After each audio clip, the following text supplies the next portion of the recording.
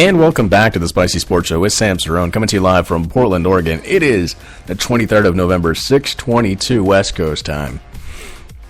It's the day before Thanksgiving. It's nice to be off for 4 days. Get to relax with family, talk politics. Just kidding on that last one. No one wants to talk politics right now. But we're not a politics show, so that's why I'm really happy. We got a lot to talk about in the world of sports. Week number 12 kicks off tomorrow in the NFL. You have a lot of good games, actually. This is the first time for Thanksgiving where all three games actually don't look terrible. I mean, you're looking at the Vikings-Lions, so who's going to control the NFC North?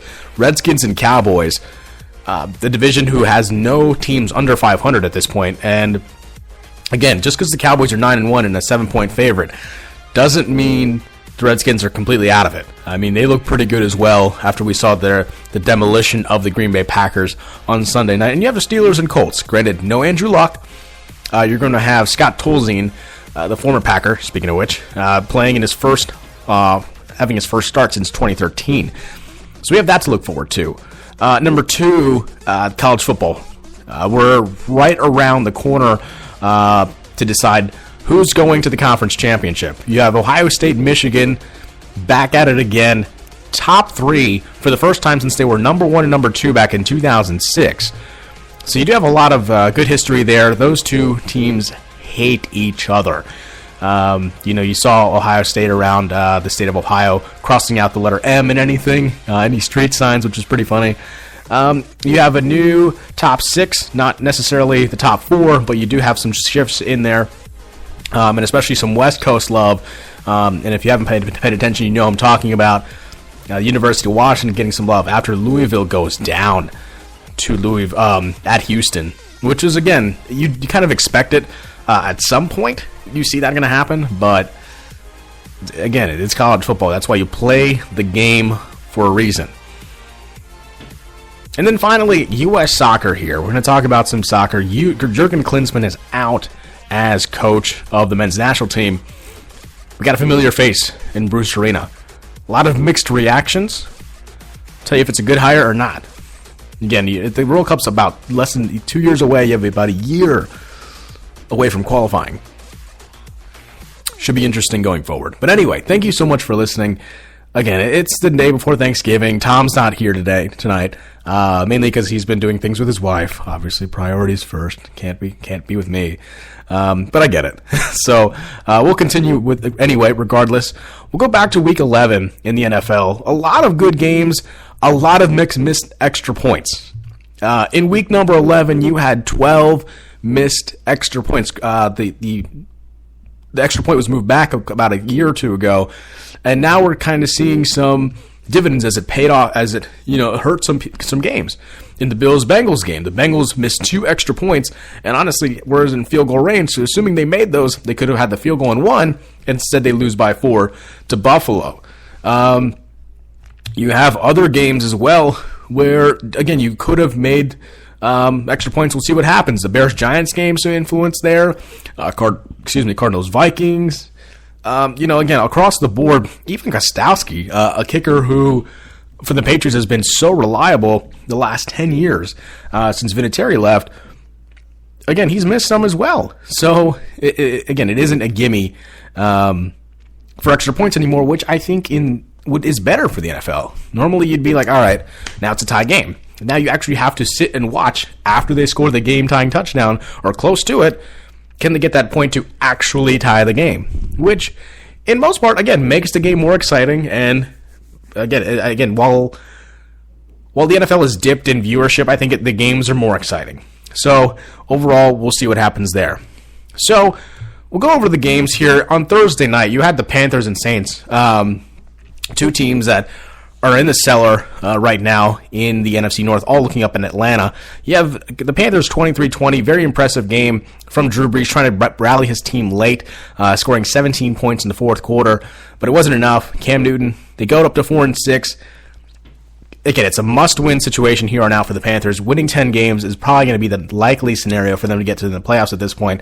And again, it was a much-needed step in the right direction. For Buffalo, look, this is a team that we've talked about. Is this the year for them to get to the playoffs? First time since 1999. Can't stress it enough. And again, as a Bills fan, it's hard to be a fan around this time of year because you never know what's going to happen. They're 5-5. They have a home game. I have a stretch of 6 games where they play Jacksonville, which is, again, more than likely could be a win. They also would play Oakland at Oakland, and then they get the Steelers at home. So the next couple of games are going to dictate how their run the last couple of games after that looks for Buffalo. In Pittsburgh, you have the Steelers, 24-9 winners over the 0-11 Browns now. It seems more and more likely that the Cleveland Browns are going to go winless. First time since the Lions back in 2008. I mean, if you look at the schedule, you have some possible chances. Again, you have the Giants at home. Again, they've been somewhat inconsistent offensively. They're starting to get it together now, but you never know. If Odell Beckham has a bad night and Joe Hayden can cover him, we'll see. The Bengals, who lost so much offensive firepower this weekend with A.J. Green possibly going out for the rest of the season. He's definitely not playing next week. And Giovanni Bernard, the running back, also out for the rest of the season. We'll see what Andy Dalton can do with a limited offensive weapons, and considering the fact that he already lost Marvin Jones as well as Mohamed Sanu in the offseason. So we'll see how deep this receiving core is for Cincinnati. You play at Buffalo, which, again, when Cleveland and Buffalo play, and if the snow is coming down, we've seen those games before between these two teams. It's going to be a low-scoring game. You never know what's going to happen. You have the Chargers, who, while Phillip Rivers is great, the rest of the offense is horrific. Again, not great. And then you have at the Steelers, which, again, I don't think is going to be a win there. So 5 chances left. My bets are they get 1. And for me, the biggest bet would be against Cincinnati at home. If they get 1, that'd be awesome. And against an in-state rivalry, even better. Looking down the scoreboard, the Cowboys 9-1 on the season. Dak Prescott, again, more impressive as we continue to go on in the season. 27 of 36, 301 yards, 3 touchdowns. Elliott held under 100 yards, which is rare to see this season.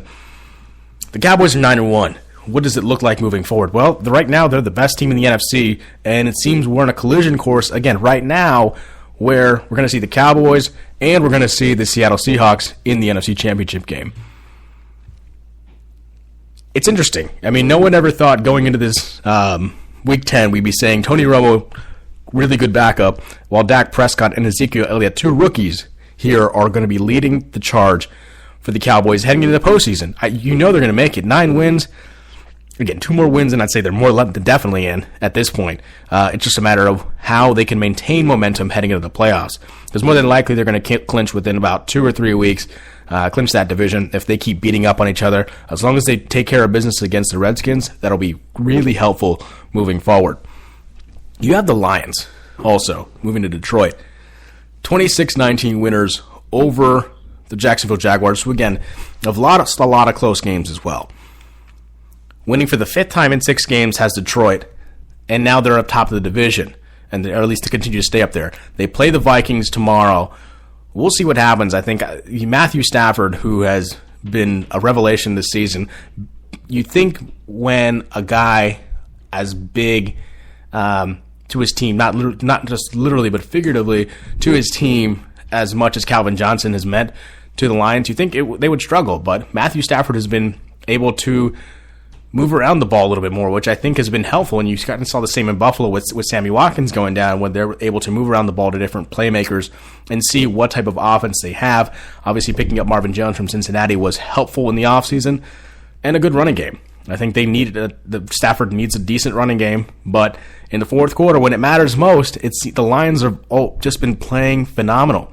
They're the first team in NFL history to have played 10 games, the first 10 games of the season, and all games have been within 7 points. Every single one of them. So you know that they're going to be in it till the end, and their defense has been pretty good. So we'll see as well how this Lions team can progress. You move to Indianapolis. Look, huge win, 5-5 now are the Colts after defeating the Titans 24-17.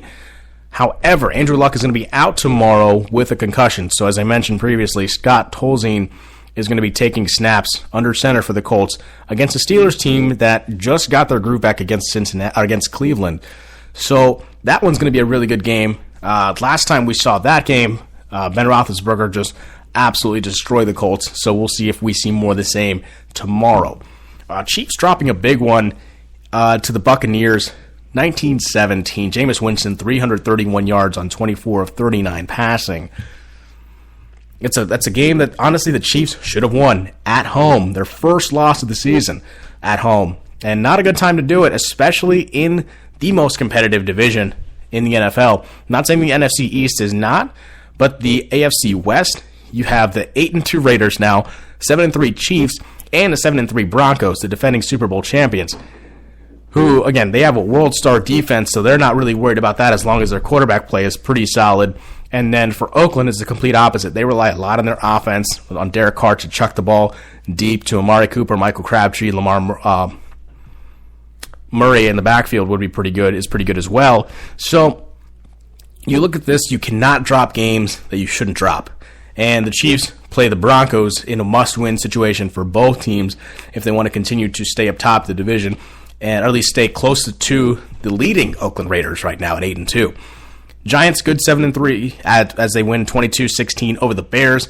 Vikings 30-24 over the Cardinals. Jared Goff getting his first start in LA as the Rams drop 10-14 to the Miami Dolphins. As Ryan Tannehill throws 2 touchdowns late in the final 4 minutes of the game.